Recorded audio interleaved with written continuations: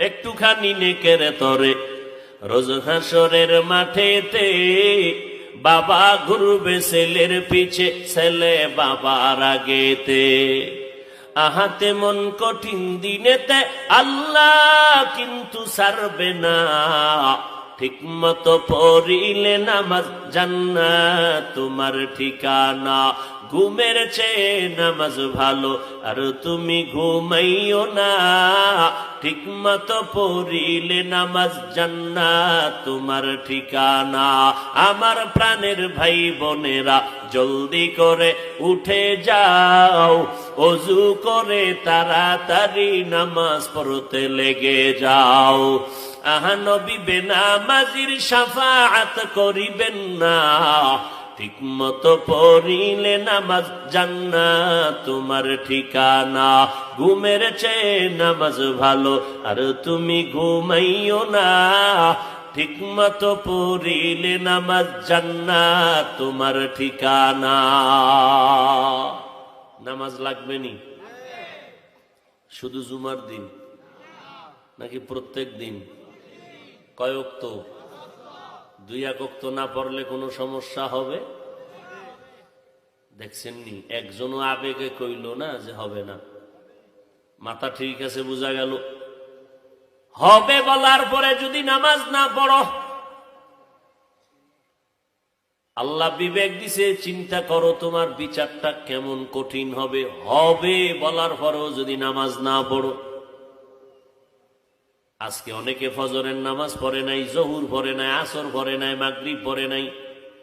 মোনাজাতের ঘরে এমন চিৎকার দিবে, আইও নামাজ না পড়ে যাইও না, এখানে আজান হবে, নামাজ হবে। 10 ভাগের 10 ভাগ ভেঙে চলে যাবে, এখন নামাজ লাগবে না, খেলার টাইম হয়ে গেছে। এর জাতি ভাইরা খেলবে, খেলতে খেলতে মরবে। মইরা গেলে এই খেলা দেখতে গিয়া বিনা হিসাবে শহীদ হয়ে যাবে। কি কেন? মরার আগের কালেমা ছিল আর্জেন্টিনা ব্রাজিল, কালেমা পড়তে পড়তে মরে গেছে। আর্জেন্টিনা ব্রাজিল এমন একটা দেশ, যেই দেশে আমার মাওলার দেওয়া আজান মাইকে দেওয়া নিষেধ। ওই দেশের জন্য পাগল হইছ, শহীদ হবি নাকি অলুমান হবি?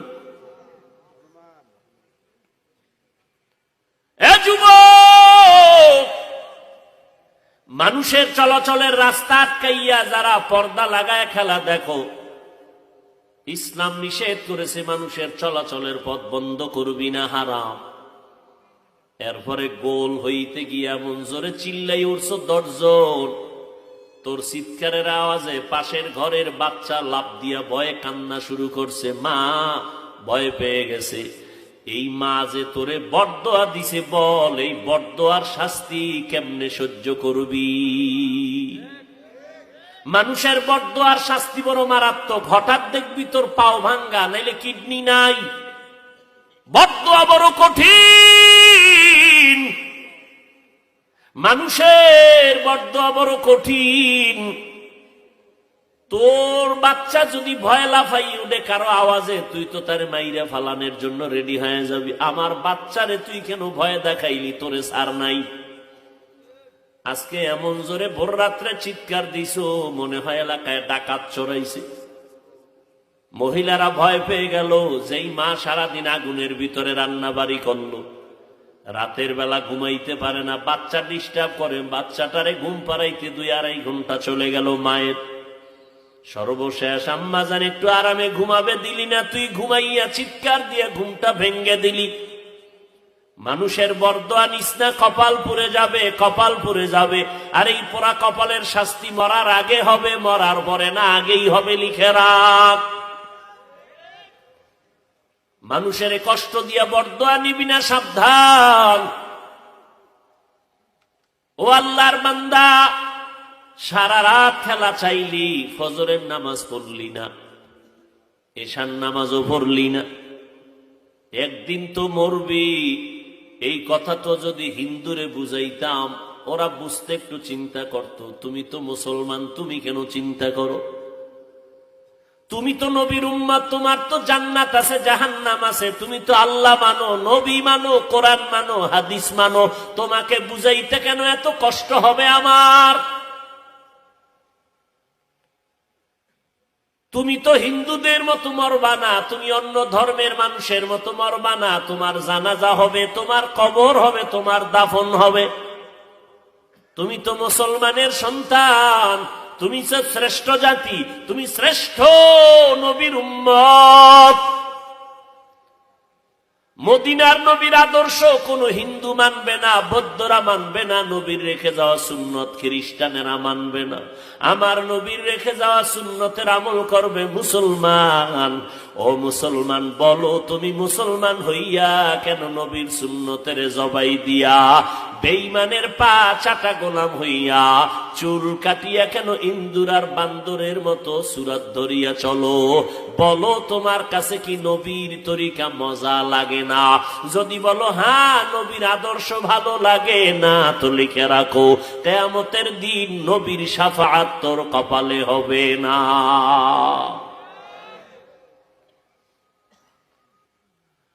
লাইন শাকারতুম লাযীদান্নাকুম ওয়া লাইন কাফারতুম ইন্না আযাবী লাশাদীদ। নিয়ামতের শুকর আদায় করো। আব্দুল্লাহ ইবনে ওমর বলতেছেন, 4 গুণওয়ালা মানুষ জান্নাতে বালাখানা পাবে। 1 নাম্বার গুণ তাওয়াক্কালতু আলাল্লাহ।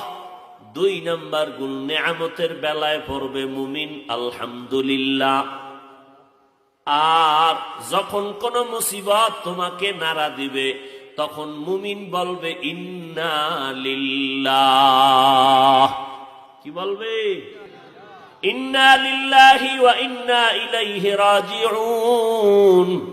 ও আল্লাহ, তোমার পক্ষ থেকে আসছে, আবার তোমার কাছে সব কিছুই ফিরে যাবে। তুমি সুস্থ বানাও, তুমি অসুস্থ বানাও, আমরাও তোমার কাছে এক সময় ফিরে যাব। বান্দা মুসিবতে পড়িয়া যদি ইন্না লিল্লাহ পড়ো, আমার আল্লাহ তোমাকে আবার মুসিবত থেকে অন্য বেশি ভালো পুরস্কার দান করবে। 4 নাম্বার গুণ হলো বান্দা সব সময় হাঁটতে চলতে উঠতে বসতে গুনাহ ক্ষমার জন্য পড়বা আস্তাগফিরুল্লাহ আস্তাগফিরুল্লাহ আস্তাগফিরুল্লাহ আস্তাগফিরুল্লাহ। আব্দুল্লাহ ইবনে ওমর বলেন, এই 4 গুণ যদি অর্জন করো, প্রত্যেকটা কাজের ভরসা তাওয়াক্কালতু আলাল্লাহ, প্রত্যেক নিয়ামতের বেলায় আলহামদুলিল্লাহ, ও বান্দা মুসিবতের বেলায় ইন্না লিল্লাহ, আর সব সময় গুনাহ ক্ষমা করানোর জন্য জবানে থাকবে আস্তাগফিরুল্লাহ। আল্লাহর নবীর সাহাবী বলে, বান্দা এই গুণের কারণে আল্লাহ তোমারে খুশি হইয়া জান্নাতে বালাখানা বানায় দিবেন। ও যুবকেরা, আল্লাহ তাআলা কত নিয়ামত তোমারে আমারে দান করেছেন। ও বান্দা, নবীর উম্মত হওয়ার পরেও, আল্লাহ মুসলমান হওয়ার পরেও আমাকে তোমাকে কত সুন্দর করে বানায় রাখছেন। আমার মতো কত বান্দা মুসলমানও ঠিক, মানুষও ঠিক, আখিরি নবীর উম্মত ঠিক, কিন্তু জন্মগতভাবে তার 2টা চক্ষু নাই। আছে না নাই? এ যুবক, রাতের বেলা সারা রাত মোবাইলের স্ক্রিনে তাকাইয়া কবিরা গুনাহ করিয়া করিয়া যারা রাত কাটাও, একটু যদি চিন্তা করতি আল্লাহ যদি আমাকে অন্ধ বানাইতেন, কেমনে মোবাইলে সারা রাত তাকায়া গুনাহ করতি? আল্লাহ অন্ধ বানাইতে পারতেন? আচ্ছা, জন্মগত অন্ধ না, ছিল ভালো, হঠাৎ অসুস্থ, চোখের পাওয়ার নাই, এরকম হয় না? তাহলে আজকে যারা চোখ দিয়া মোবাইলে সারা রাত গুনার কাজ করো দেখা দেখা, আল্লাহ যদি চোখ বন্ধ করে দিত বা চোখের পাওয়ার নিয়ে যাইত, কেমনে গুনার কাজ করতি রে বাবা? তোমাদের কুমিল্লা এলাকার ঘটনা, এই যে কয়েকদিন আগে তুফান গেল, এই তুফানের ভেতরে তোমার মতো যুবক বিদেশ থেকে টাকার বস্তা নিয়ে এসে দেশে একটা ঘর বানাইল। ঘরের মধ্যে ঢুকবে 2 দিন পরে, কাজ চলতেছে দ্রুত গতিতে। আল্লাহর বান্দা সন্তান পরিবার নিয়ে আনন্দ করবে, সব টাকা দিয়ে বিল্ডিং করলো 2 তলা। রাতের বেলা পার্শ্বে একটা টিনে হঠাৎ করে কে যেন আওয়াজ দিল ঘরের দরওয়াজায়, আল্লাহ কারীম আমি ভিক্ষুক, আমার কিছু ভিক্ষা দাও। স্বামী বেচারা ডাক দিয়া কয়, এখন মেজাজটা কেমন লাগে? ও স্ত্রী, কি করা যায়? কয় কিছু ভিক্ষা দিয়া দাও। কয় দিব না। কেন দিবা না? আমার আব্বাকে দেখছি কোনোদিন সাইল রে ফিরাইয়া দেয় নাই। আল্লাহর আইন হলো, ও বান্দা, ওয়া আম্মাস সাইলা ফালা তানহার, সুয়ালকারী ভিক্ষুকের কখনো ধমক দিবি না, খবরদার। পারো না ক্ষমা চাইয়া বিদায় দাও, ধমক দিবা না, কারণ মাজলুমের চোখের পানির বরদোয়া জাগায় কবুল হয়ে যায়। নাফরমান বান্দা স্ত্রীর কথা কানে না দিয়া স্ত্রীকে বলে, তোমার এত দরদ কেন? তুমি দিয়া দাও, আমি দিব না। স্ত্রী বলে, না, খালি হাতে ফিরাইয়া দিও না, তুমি তো তারে কোটি টাকা দিবা না, সামান্য দিবা, দিয়া দাও। স্ত্রীর কথা স্বামী না শুনিয়া মেজাজটা কেমন যেন গরম হয়ে গেল। গরম মেজাজ নিয়া দরজার কিনারায় দাঁড়াইয়া ভিক্ষুকের ইচ্ছা রকম গালাগালি করলো, রে বেহায়া বেয়াদব, যে কোনো সময় এসে দরজায় দাঁড়াও, লজ্জা করে না? বের হয়ে যায় এখান থেকে, না হয় ঘাড় ধাক্কা দিয়া বের করে দিব। এইভাবে ধমকাইয়া যখন বিদায় দিল, ভিক্ষুকটা চলতেছে বাড়ির দিকে, আর চোখের পানি বেয়ে বেয়ে পড়ে গাল ভিজে যাচ্ছে। আর আসমানে তাকাইয়া ডাক দিয়া বলে, মালিক, আমি গরিব মানুষ, তুমি আমারে বানাইছো, আমারে ভিক্ষা দিতে পারবে না? বললেই তো হয়ে যাইতো, আমারে কেন গালাগালি করলো? তোমার কাছে বিচার চাই, এই জমিনে আমগো গরিবের বিচার কেউ করবে না, তুমি আসমান থেকে বিচার করো। আল্লাহ কয়, অন্যায় করলে ছাড় দিব, কিন্তু সীমা লঙ্ঘন করলে আর ছাড় নাই। জমিনের মধ্যে আমি জায়গায় বিচার শুরু করব।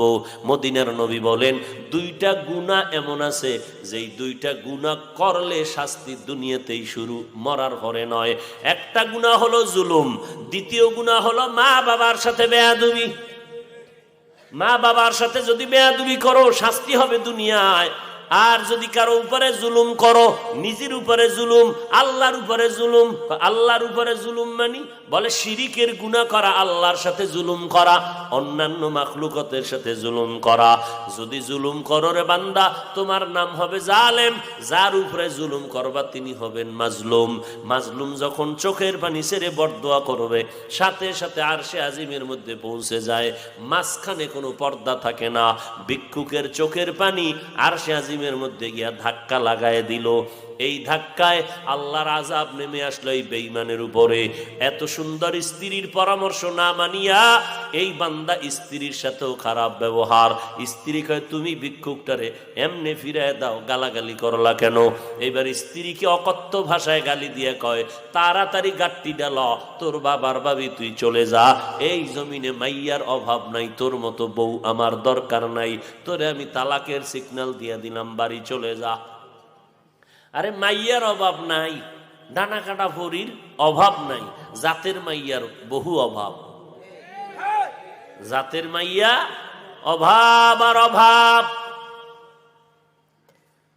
আল্লাহর বান্দিকে যখন তালাকের সিগন্যাল দিয়ে দিল, আল্লাহর বান্দি চোখের পানি ছেড়ে কান্না করে আর বলে, হে মালিক, এই কি আমার জীবনের পাওনা? আমিও আজ মাজলুম হয়ে গেলাম।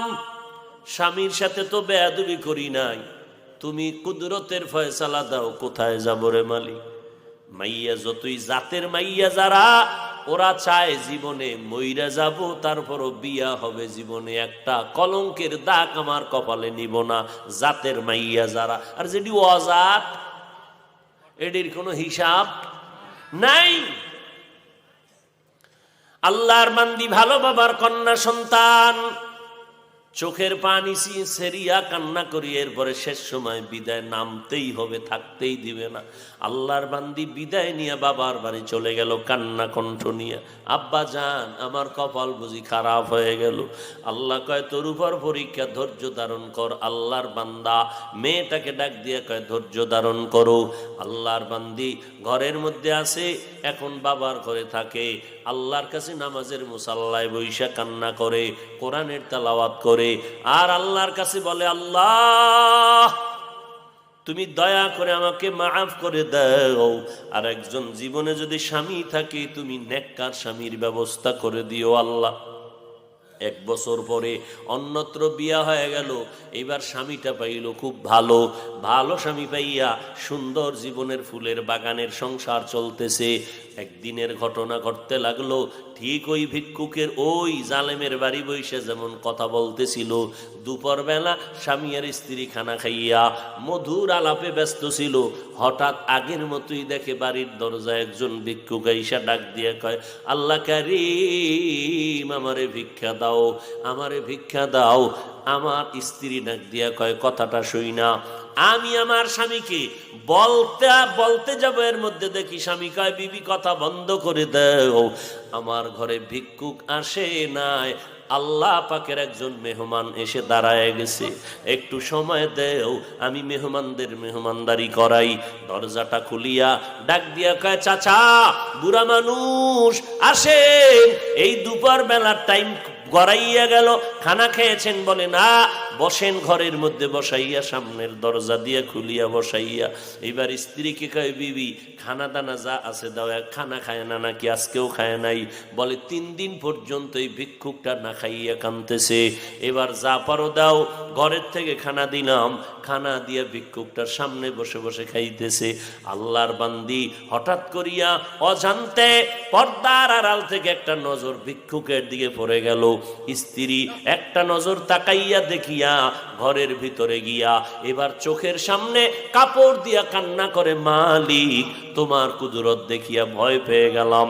স্বামী বেচারা ডাক দিয়া কয়, বিবি আমার, তোমার খেদমতে ত্রুটি কয় না, আমার কোনো কথায় তুমি কষ্ট পেয়েছো না, তো কেন কান্না করো? বলে, ভিক্ষুকের দেখা মাওলার কুদরতের ভাব আইসে গেছে, কান্না করি। বলে, কিসের কুদরত? ভিক্ষুক আসা তো কোনো কঠিন কিছু না, কি কুদরত? বলে, ওই ভিক্ষুকটার চেহারায় সামান্য একটু নজর পড়া মাত্র আমার যেন মনে হইল আমার আগের স্বামীর চেহারার মতো দেখা যায়, আমার আগের স্বামীর চেহারার মতো দেখা যায়। বলে, বিবি তাই নাকি? বলে, হ্যাঁ। এবার স্বামী বেচারা ভালো করে তাকাইলো, তাকাইয়া ঘরের মধ্যে গিয়া কয়, হ্যাঁ মাওলা পাকের কুদরত।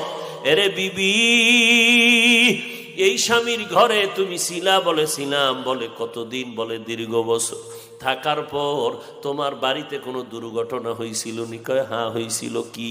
কয়, ওই স্বামীর বাড়ি থাকতে একজন ভিক্ষুক গিয়া আমার দরজায় দাঁড়াইয়া আল্লাহ কারিম বলে যখন ডাক দিয়েছিল, আমার স্বামী ওই ভিক্ষুকটারে পারে না, ঘাড় ধাক্কা দিয়া বের করে দিবে, গালাগালি করেছে। আমি স্বামীকে বাধা দেওয়াতে স্বামী আমার সাথে খারাপ আচরণ করিয়া তালাকের আওয়াজ দিয়ে আমাকে ঘর থেকে নামাইয়া দিছে। স্বামী বেচারা কয়, আল্লাহ পাকের কুদরত বড় কঠিন, তোমার মতো একটা নেককারিন স্ত্রী পাইয়া ওই বেঈমানের জালেম ধইরা রাখতে পারে নাই।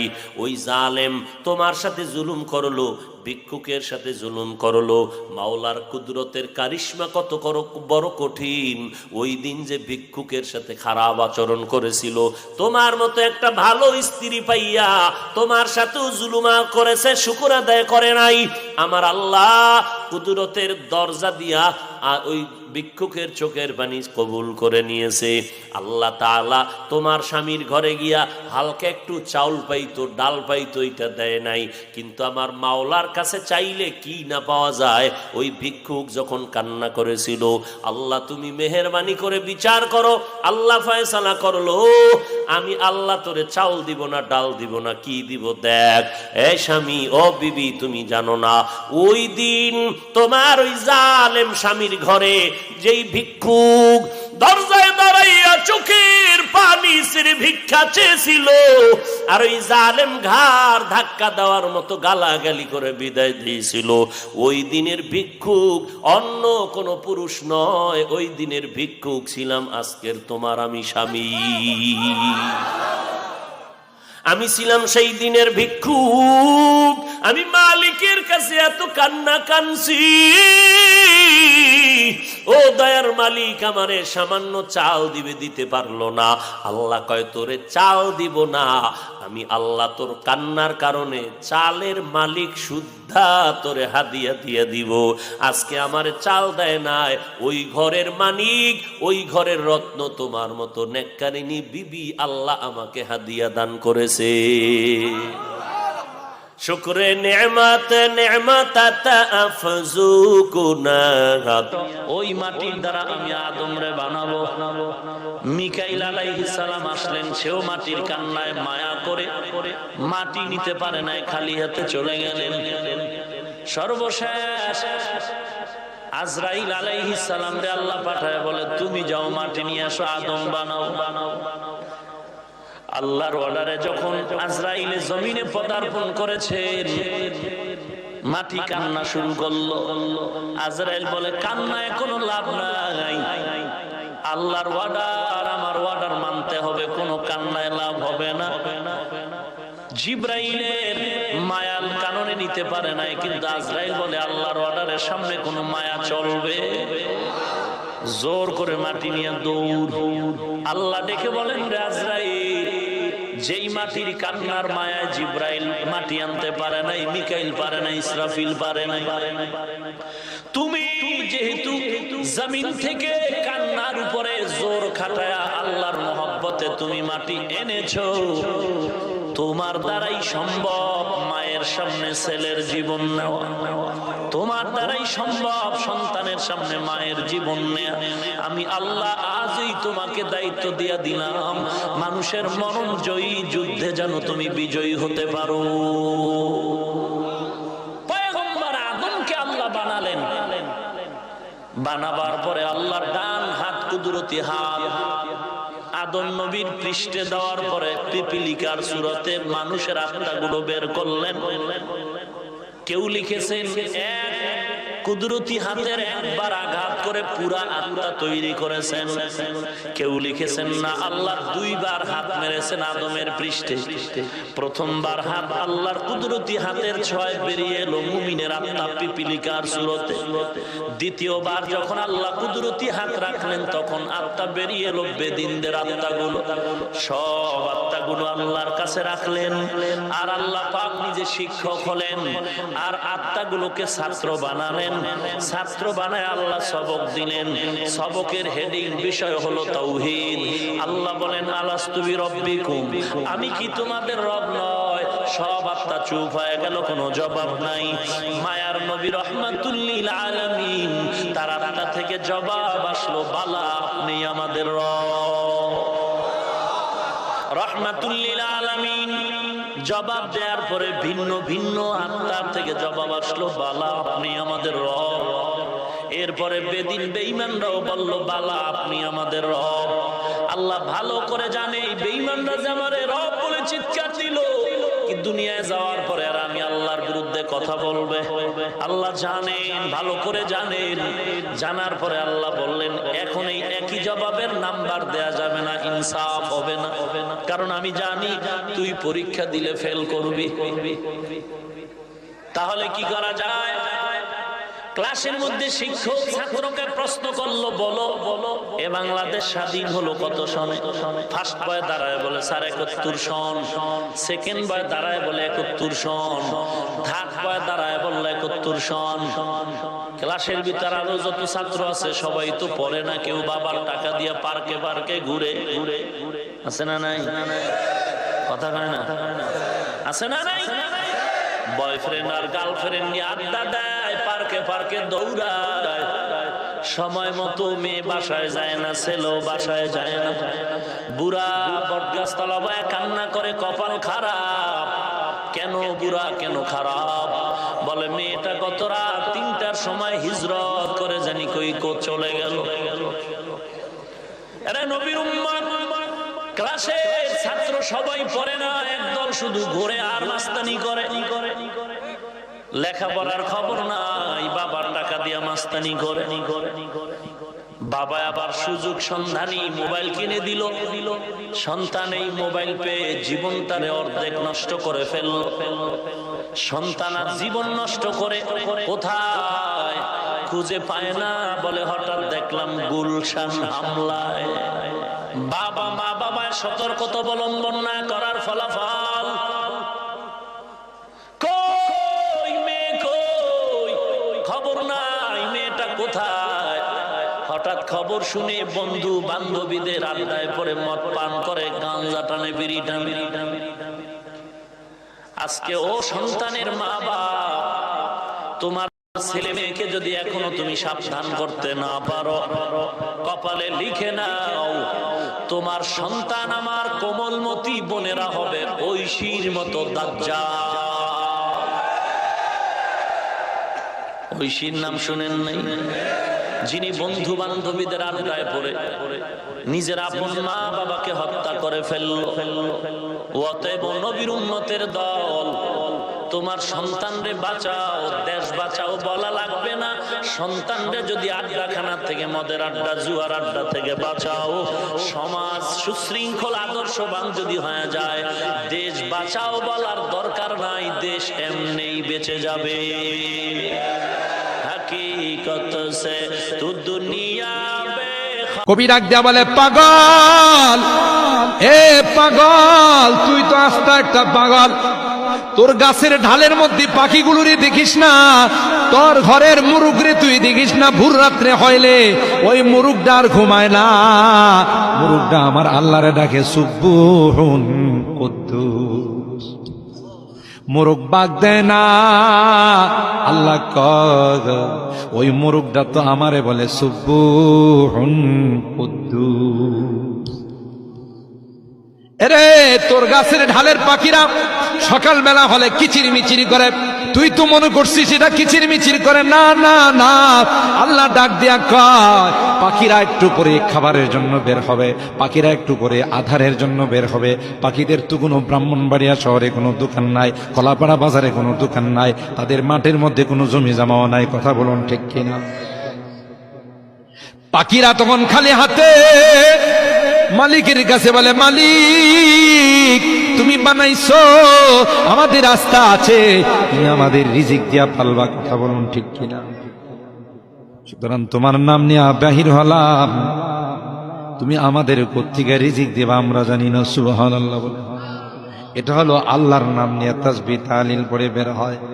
সন্ধ্যার সময় আবার ডালে ফেরত আসে না, আসে কোথায় কোথায় খাবার সংগ্রহ করে, সন্ধ্যার সময় আবার আয়সা কিচির মিচির করে না করে। ওই পাখিগুলো শুকরিয়া আদায় করে, আল্লাহ সকালবেলা খালি পেটে বের হয়েছিলাম, সন্ধ্যাবেলায় ভরা পেটে বাসায় ফিরাইলাম। ঠিক কিনা বলে? এ মুসলমান, আল্লাহ পাক বলেন তোমাকে দ্বিতীয় নাম্বার জগৎ মার পেটে পাঠাইলাম। ওই 8 মাস 10 মাস তোমার মার পেটে তোমার বাবা বোধ জুমুর হোটেল থেকে খানা সরবরাহ করত, কারি হোটেল থেকে খানা সরবরাহ করত। ওই 8 মাস তোমারে কে খাওয়াইছে? আরো জোরে বলতে হবে কে? আল্লাহ কয় বান্দা, তোকে ওই 8-10 মাস তোর মার পেটে কোনো সংযোগ ছিল না, আমি আল্লাহ মার নাভির সঙ্গে পাইপের সঙ্গে কানেকশন করে দিলাম। ওখান থেকে মার রক্তগুলো চুষে চুষে তুই আস্তে আস্তে পরে হলে তোর মা কঙ্কালের মতো হয়ে গেছে। কথা বলুন ঠিক কিনা? এ বান্দা, ওই পাইপটা তো তোর মুখের মধ্যে লাগাই নাই, জুড়ে বলুন ঠিক কিনা? কেন রে? পাইপ দিয়ে যে খাবারটা গিয়েছে এটা হালাল নয়, এটা হলো হারাম ব্লাড, এটা তোর মুখের মধ্যে দেই না, কারণ এই জুবানটা দিয়ে তুই আমি আল্লাহকে আল্লাহ বলে ডাক। ঠিক কিনা বলেন? अल्लाह अल्लाह क्या मजा मुर्शिदी की में खाना में है, अल्लाह अल्लाह क्या मजा मुर्शिदी की में खाना में है, दोनों आलम की हकीकत एक पैमाना में है, दोनों आलम की हकीकत एक पैमाना में है। सुबहानाल्लाह। जुरे बोले আল্লাহ ডাক দেয়া কই বান্দা, তুই দেখবি একটা ফুল আছে, যেই ফুলটা দিনের বেলায় কোনো আলো দেয়, দিনের বেলায় কোনো গ্রান দেয় না, রাত্র যখন হয় তার থেকে গ্রান বের হয়ে যায়। সুবহানাল্লাহ। দিনের বেলায় এটাকে মরা মরা মনে হয়, রাত্রের বেলায় তার থেকে সুবাতাস কে ছড়ায়? কথা কয় না, কে ছড়ায়? হ্যাঁ মুসলমান, ভালো করে মনে রাখবেন, বাগানের মধ্যে গেলে দেখবেন একটা ফুল সূর্যের মুখী হয়ে দাঁড়ায় আছে, আবার কোন ফুল গোলাপ সাদা, কোনটা আবার গোলাপের কালার। কথা বলেন ঠিক কিনা? এটা কি দেশের এমপি মন্ত্রী দিয়েছে? না না না, গুলিস্তান মে যাকর হর এক গুল কো দেখা, গুলিস্তান মে যাকর হর এক গুল কো দেখা, তেরা হি সে রঙ্গত তেরা হি সে বুহে, তেরা হি সে রঙ্গত তেরা হি সে বুহে। সুবহানাল্লাহ, জোরে বলেন। সূর্যটা, সূর্যমুখী ফুলটারে সূর্যের দিকে রূপ করে দাঁড়াইতে কে বলছে? জোরে বলতে হবে, কে বলছে? তার মধ্যে গ্রাণ কে দিয়েছে? জোরে বলতে হবে, কে দিয়েছে? আল্লাহ ডাক দেয়া কই, বান্দা ওই মাকড়সা তো কোনোদিন না খায়া মরে নাই। জঙ্গলের বড় বড় পশু যেগুলো আছে এগুলো তো মাঝে মধ্যে না খায়া থাকে। জোরে কা, যখন পশুটা জঙ্গলে থাকে তখন তার যে স্বাস্থ্য, চিড়িয়াখানাতে আসলে কি স্বাস্থ্য থাকে? ওই চিড়িয়াখানাতে আসলে পশুগুলো চিৎকার করে কান্দে আর বলে, জালেম তোরা কি জন্য আমাকে খাঁচায় বন্দি করলে? আমি যখন আল্লাহর খাঁচায় ছিলাম তখন তো আমার খাবারের কোনো অভাব হতো না, আল্লাহ আমাকে টাটকা খাবার দিত, আর তুই আমাকে বন্দি করে বাসি খাবার দেস, যেই খাবার আমি খাইতে পারি না। দিন দিন আমি জীর্ণ শীর্ণ হয়ে গেলাম। ঠিক কিনা বলে? এবার ভাই ভালো করে মনে রাখবেন, আল্লাহ পাক রব্বুল আলামিন বলেন, মার পেটে দ্বিতীয় নাম্বার তোমাদেরকে পাঠাইলাম। কোন জগতে? এক নাম্বার জগৎ আলামুল আরওয়াহ, রূহের জগৎ। দুই নাম্বার জগৎ মার পেটের জগৎ। কে পাঠাইছেন? আরো জোরে বলতে হবে, কে পাঠাইছে? ওখানে 10 মাস 10 দিন, 8 মাস 10 দিন কে লালন পালন করে? ওই সন্তানটা দুনিয়াতে আসার সময় আল্লাহর কি সাহায্য থাকে না? জোরে বলেন। তাইলে কেন মা বোনদের সিজার লাগে? একটাই মাত্র কারণ, আমাদের মা বোনদের আল্লাহর উপর পূর্ণ আস্থা নাই। মা বোনরা কি রাগ করতেছে? বাস্তবতা হলো তাই। আমরা যারা দুনিয়াতে আসছি কেউ সিজারে আসি নাই, আসছি। তাইলে ওই সময় যে আল্লাহ ছিল এখন কি নাই? তাইলে ওই আল্লাহ আছে। তাইলে বেশ কমটা হলো একই আর বিশ্বাসের, জোরে বলুন ঠিক কিনা? আমাদের মা দাদিদের যেমন আল্লাহর উপর আস্থা ছিল, একদিন ছিল, এখনকার মা বোনদের সেই রকম আস্থা নাই। কথা বলেন ঠিক কিনা? 2 নাম্বার হলো, আমাদের মা দাদিরা যেমন নেককার ছিলেন, দিনদার ছিলেন, এখনকার মা বোনরা সেরকম নেককার নয়। ঠিক বললাম? এখনো যদি নেককার হয়ে যায়, এখনো যদি আল্লাহর উপর পূর্ণ আস্থা রেখে, আল্লাহর কসম করে, কোরআনের শপথ করে বলতে পারবো, আল্লাহ বলেন, বান্দা আমার কোনো ক্ষয় নেই, লয় নেই, আমি যেরকম ছিলাম সেরকম আছি, সেরকম। লা জিদ্দাওয়ালা নিদ্দাওয়ালা হাদ্দানি মাওলা, আল আনা কামা কানা ওয়ালাম ইয়ালকাযাওয়ালা, আল আনা কামা কানা ওয়ালাম ইয়ালকাযাওয়ালা। ঠিক কিনা বলে? আমার আল্লাহর কোনো ক্ষয় আছে, লয় আছে? তাহলে আমার আল্লাহ এখন কি নরমালি দিতে পারে না? পারে। সমস্যা হলো আমার মা বোনদের আল্লাহর উপর সেই রকম আস্থা। ঠিক বললাম? আগেকার মা দাদিরা চেক আপ করাইতে মেশিনে গেছেন, আর এখন মাসে মাসে। ঠিক কিনা? আর যারা এতগুলো ক্লিনিক খুলে রাখছে ওদেরও তো কিছু ব্যবসার দরকার। আর আল্ট্রাসোনোগ্রাম করেই কয়, হুজুর আপনার কি হয়? আমার মেয়ে সর্বনাশ। কি সর্বনাশ? হুজুর সর্বনাশ মানে কি? একটা পাও বাংলাদেশে আর একটা কলকাতা। বাচ্চার একটা পাও বাংলাদেশে আর একটা কই? কলকাতা। এখন তো ভয় লাগাই। তাহলে কি করা? কই যদি বলেন এখনো ভর্তি করে দিই, কিসি টিসি সব রেডি আছে, কথা কয় না। কারণ ওই বাটার তো কি করা লাগবে? পয়সা কিছু কামাই তুইব তো। আরে আমার ঘটনা, আমার ছোট বোন একটা, তার বাচ্চা ডেলিভারি হবে, এর আগে ওর স্বামী ছিল বাইরে। আম্মা বললো একটু দেখাই নিয়ে আসি। আমি আইসা ক্লিনিকের নাম কমনা চিনবেন, দেখাইছি ক্লিনিকে আল্ট্রাসোনোগ্রাম করে। হুজুর কি হয়? আমার ছোট বোন অবস্থা খুব খারাপ, খুব খারাপ। খারাপ বলতে একবারে উলট পালট খেয়ে রয়েছে, নারী বুড়ি সব পেছলে গিয়ে রয়েছে। তো এটা যদি এক্ষুনি যদি সিজার না করেন তাহলে বাচ্চা, বাচ্চার মা, বাচ্চার নানি, দাদি 14 গোষ্ঠী মারা যাবে। শুধু বাচ্চা যে মরবো তা না, এর মা, নানি, দাদি যা আছে সব মারা। আমি বললাম তাহলে কি করা? আপনি বললে ভর্তি করে দিই। আমি কই এই মেয়ে, এর স্বামী হইল ভাই, আর আসছে আপনারা দেখাই, আপনি একবার ভর্তি করার জন্য রে রয়েছেন, শ্রীপুর দেন মেয়া। আমার দিকে তাকাই, আমরা তো অনেক শক্ত। আমি কই শক্ত নাকি তোমাদের মতো নরম হবো নাকি? কোরআন হাদিস পড়ছি কি তোমাদের এই সমস্ত ফালতু কথা শুনবো? যাও মিয়া।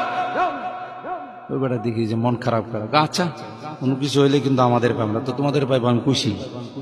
চিন্তা করছেন কোনো কিছু হইলে এর জন্য না পায়। আমার আম্মার কাছে নিয়ে গেছে। আমার আম্মা একজন আলেমের মেয়ে, খুব দিনদার, পরহেজগার। আমার আম্মার কাছে গিয়া কইলাম, আম্মা এই ঘটনা। কত কথা কই, জীবনে কত মেয়ের, কত আত্মীয় স্বজনের বাচ্চা কাচ্চা হয়েছে, তুমি একটু পানি পরা দাও আর আমি একটা পান পরা দিই। সুবহানাল্লাহ কোন কিচ্ছু হবে না।